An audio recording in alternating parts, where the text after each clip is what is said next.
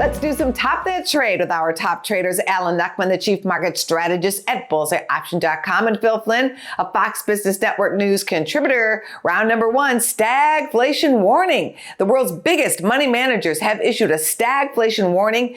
Does this warning worry you as traders? Well, stagflation is scary. I was a wee bit trader back then when it happened in the early 70s. But if you really dive into this deeply, the money managers are saying that they're worried about stagflation, but they're not doing anything about it. They're not having any reaction that you would need to do if there was stagflation. So I think they're just issuing a warning to kind of cover themselves.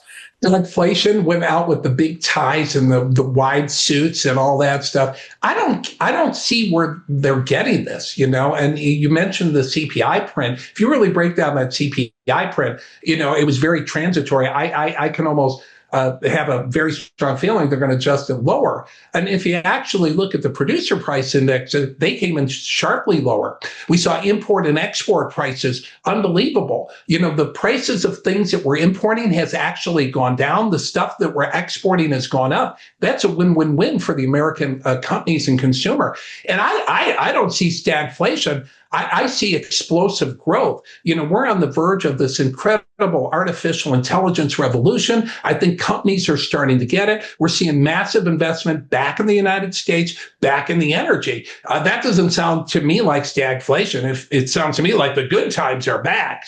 Round two. Peso power. The Mexican peso, the unlikely winner in the trade war. Are you a peso positioner? Well, I am. The trend in the peso has been incredibly strong.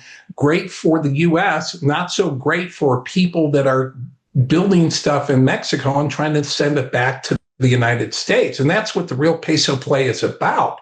It's going to get a lot more difficult for Mexican exporters to export to the U.S. with the strength of that currency. It's going to make those things more expensive. And it may actually encourage some people producing in Mexico move to the United States. Well, that's what happens. The dollar goes up and down. That has an impact on other currencies. Nothing happens in a vacuum. So the dollar down, the worst first 6 months that we've seen in years, if not decades, that dollar down has been a positive for stocks and been a positive for commodities. And in this case, it's been a positive for Mexico and also for Brazil, some of these currencies that have been beaten badly. Build up. Home builders are slashing prices. They are very pessimistic. Are you buying building stocks? Well, if you look at the building stocks like Lennar, MTG, they're making a bottom base that I look for, and they've had a big drop. So if interest rates do come down, and that's going to be obviously the pressure from the president, then that could give the housing market a spark. So I love the risk reward. XHB is the ETF that tracks housing, and take a look at that. It's pretty far off its recent highs. Like that as well, and I agree with the home builders. I think they look like a screaming buy, and when they get really depressed, usually that's the time to start buying it. And we're right. I mean, the odds are growing that we're going to see an interest rate cut.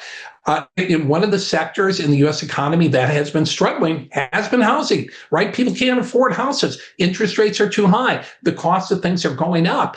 So it's made it very difficult. But if we get a rate cut, that's going to probably be that missing ingredient that should get this market going. And believe you me, there is pent-up demand in the housing market. We don't have a lot of supply. And if we can make those houses a little bit more affordable, that's a good thing. One thing, though, that will probably get more expensive regardless is lumber, because when we start building more prices, that lumber market will tighten up again. But a very exciting trade, maybe on lumber and the housing builders as well. Let's do the bonus round hoarder update. What are Americans stockpiling in closets and cabinets?